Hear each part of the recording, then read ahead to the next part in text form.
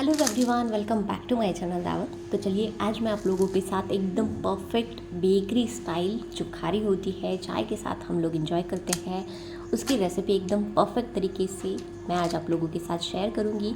यहाँ पर देख सकते हैं एकदम बढ़िया सी खारी आज हमने घर के ही कुछ सामान से बनाई है।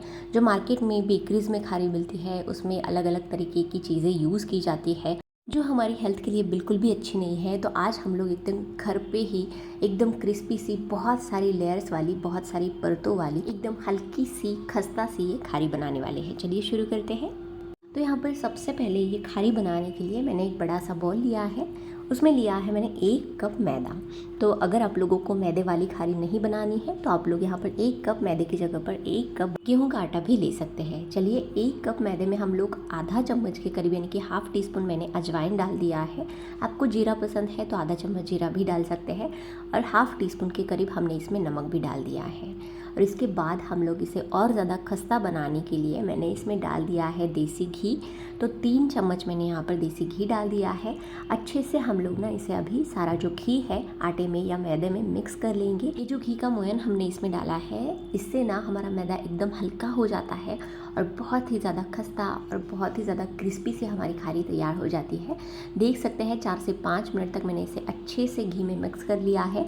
अब हमारा आटा यहाँ पर लगाने के लिए, गूँथने के लिए तैयार है। तो यहाँ पर थोड़ी थोड़ी क्वांटिटी में हम लोग इसमें पानी मिलाएंगे, और जैसे हम लोग पूरी पराठा बनाने के लिए आटा लगाते हैं ना, उसी तरह से हमें इसका थोड़ा सा सख्त सा आटा लगाना है। बहुत ज़्यादा पतला सा नहीं, थोड़ा जैसे पूरी वगैरह बनाते हैं उसी तरह का, उसी टेक्सचर वाला आटा हम लोग यहाँ पर तैयार करेंगे। तो देख सकते हैं यहाँ पर हमारा आटा यहाँ पर लगकर तैयार है। तो मैदे वाले आटे में बहुत ज़्यादा पानी यूज़ करेंगे तो वो बाद में और ज़्यादा ढीला हो जाता है, पतला हो जाता है। तो थोड़ा सा शुरुआत में ही आप लोगों को कम से कम पानी यूज़ करके इस तरह से थोड़ा सा सख्त आटा लगाना है। चलिए अब यहाँ पर मैदे का जो डो है वो बनकर बिल्कुल तैयार है। अब हम लोग इसे 8 से 10 मिनट के लिए इसी तरह से ढककर छोड़ देते हैं, और तब तक कर लेते हैं बाकी की तैयारी। तो खारी को बहुत सारी परतें छूटने के लिए या बहुत सारी लेयर्स वाली खारी बनाने के लिए हम लोग यहाँ पर एक मिक्सचर तैयार करेंगे। यहाँ पर 3 से 4 टेबलस्पून मैंने घी लिया है, और इसमें 3 टेबलस्पून के करीब हमने यहाँ पर डाल दिया है कॉर्नफ्लावर। तो कॉर्नफ्लावर की जगह पर आप लोग यहाँ पर चाहे तो मैदा भी ले सकते हैं, लेकिन कॉर्नफ्लावर अगर यूज़ करेंगे, अगर आप लोगों के पास है, तो इससे ना बहुत ज़्यादा क्रिस्पी वाली खारी तैयार हो जाती है। मैदा यूज़ करेंगे तो थोड़ी सी वो बाद में सॉफ्ट भी पड़ सकती है, लेकिन कॉर्नफ्लावर का और घी का मिक्सचर हम लोग अगर खारी के लेयर्स के ऊपर लगाएंगे ना, तो ये लंबे समय तक एकदम क्रिस्पी और खस्ता रहती है, सॉफ्ट नहीं पड़ेंगी। तो इसीलिए मैंने यहाँ पर कॉर्नफ्लावर लिया है। तो चलिए यहाँ पर अब ये मिक्सचर बिल्कुल तैयार है। इसी से ही हमारी खारी एकदम बहुत ज़्यादा खस्ता बनेगी, क्रिस्पी बनेगी, और वो लेयर्स भी बहुत अच्छे से छूटेंगे। तो जब तक हमने ये मिक्सचर तैयार किया तब तक हमारा जो मैदे वाला डो है वो भी अच्छे से यहाँ पर 10 मिनट तक के लिए हमने छोड़ दिया था, वो भी बहुत अच्छे से सॉफ्ट हो चुका है। एक बार फिर से इसे इस तरह से नीड कर लेंगे, गूँथ लेंगे।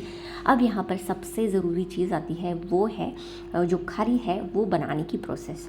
तो यहाँ पर आपको बेलन वगैरह कुछ भी नहीं लेना है। सिंपली जहाँ पर आपका जो किचन प्लेटफॉर्म होता है उसे अच्छे से क्लीन कर लीजिएगा, क्योंकि उसके ऊपर ही अच्छे से ये काम हो जाता है। क्योंकि अब हमें यहाँ पर बड़ी बड़ी सी 4 से 5 रोटियाँ बनानी है, बेलनी है, तो ये किचन प्लेटफॉर्म पर अच्छे से हो जाता है।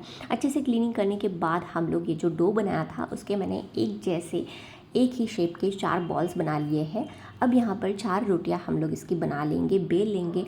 जितनी हो सके उतनी आप लोग इसे पतला बेल लीजिएगा, क्योंकि जितनी पतली बनेंगी उतनी ही हमारी जो खारी है उसके लेयर्स पतले छूटेंगे और वो सॉफ्ट नहीं बनेंगी। कई बार क्या हो जाता है, हमें लगता है अब ये इससे बहुत ज़्यादा पतली नहीं होगी, लेकिन उससे क्या होगा, जो खारी है वो तो बनेगी लेकिन वो थोड़े 2 से 3 दिनों में ही सॉफ्ट पड़ने लगेगी। तो आपको जितना हो सके उतनी ये जो रोटियां हैं इसे पतला बेल लेना है। तो 3 से 4 रोटियां सेम इसी तरीके से मैंने बेल ली है। एकदम पतली सी, पापड़ से भी पतली आपको इसे बेल लेना है। और जो मिक्सचर हमने घी और कॉर्नफ्लावर का तैयार किया था ना, वो इसके ऊपर अच्छे से इस तरह से फैलाना है, स्प्रेड करना है। एकदम अच्छे से कोटिंग इस मिक्सचर की इस रोटी के ऊपर होनी चाहिए। तो कॉर्नफ्लावर और घी का मिक्सचर लगाने के बाद दूसरी भी रोटी हमने इसी के ऊपर लगा दी है। हमें यहाँ पर लेयरिंग करनी है, तभी हमारी जो खारी है बहुत ज़्यादा परतों वाली, लेयरिंग वाली बनेंगी। दूसरी रोटी के ऊपर भी हमें इस तरह से ये कॉर्नफ्लावर और घी का मिक्सचर लगाना है। ये प्रोसेस आपको तब तक फॉलो करना है जब तक आपकी जो बनाई हुई रोटियाँ हैं, 5 से 6 रोटियों का भी आप लोग एक रोल बना सकते हैं। तीसरी रोटी भी मैंने यहाँ पर डाल दी है। इसे भी हम लोग घी और कॉर्नफ्लावर का मिक्सचर लगाएंगे। तो जितनी रोटियां हमने यहाँ पर लगाई है उतनी ही ज़्यादा क्वांटिटी में हमारे अंदर इसके लेयर्स बनेंगी और खारी उतनी ही ज़्यादा क्रिस्पी बनेगी। तो मैंने पूरी 4 ही रोटियां बनाई थी, तो वो चारों की चारों हमने एक के एक ऊपर इस तरह से रख ली है। अब हमें साइड से इसे इस तरह से अंदर की तरफ फोल्ड करना है और जो दूसरी साइड है उसे भी इसके ऊपर फोल्ड करेंगे। तो देखिएगा और ज़्यादा लेयर्स बढ़ गई है।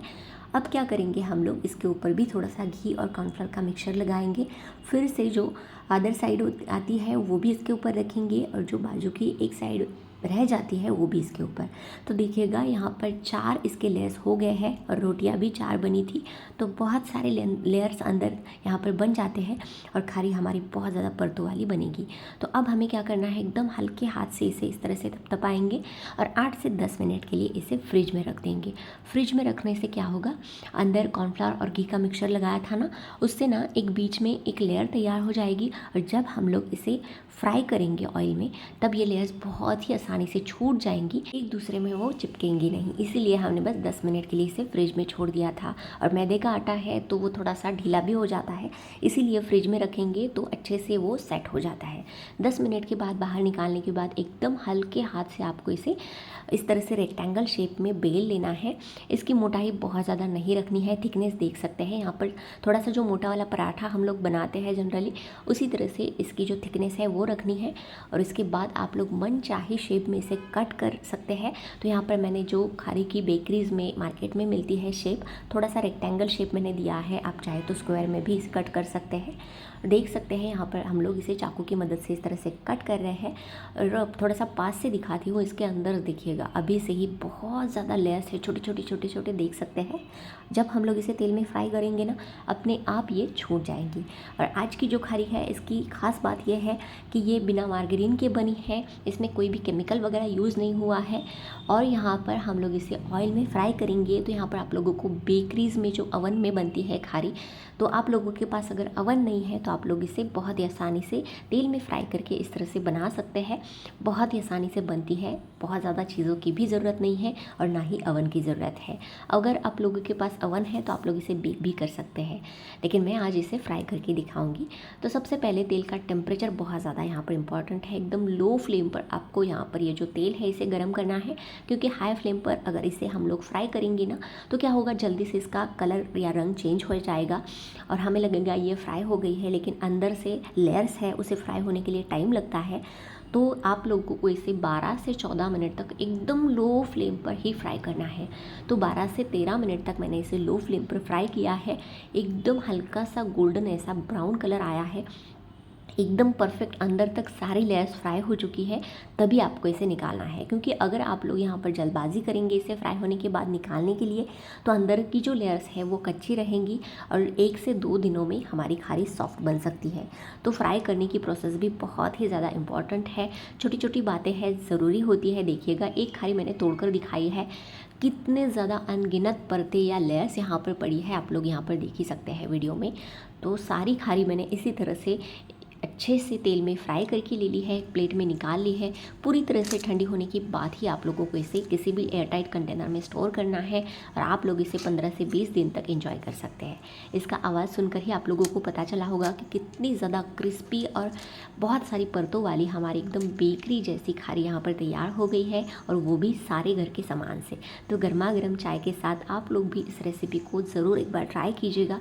एकदम परफेक्ट रेसिपी आप लोगों के साथ मैंने शेयर की है। और ये आज का वीडियो और रेसिपी अगर आपको दिल से अच्छी लगी है तो इस वीडियो को ज़्यादा से ज़्यादा लाइक कीजिएगा, इस वीडियो को बहुत ज़्यादा शेयर भी कर सकते हैं, और ऐसे ही बहुत से वीडियोस देखने के लिए हमारे दावत चैनल को सब्सक्राइब भी कर सकते हैं। तो चलिए मिलते हैं इसी तरह से नए से वीडियो के साथ या नई कोई इसी और रेसिपी के साथ। तब तक के लिए thanks for watching, take care, bye bye.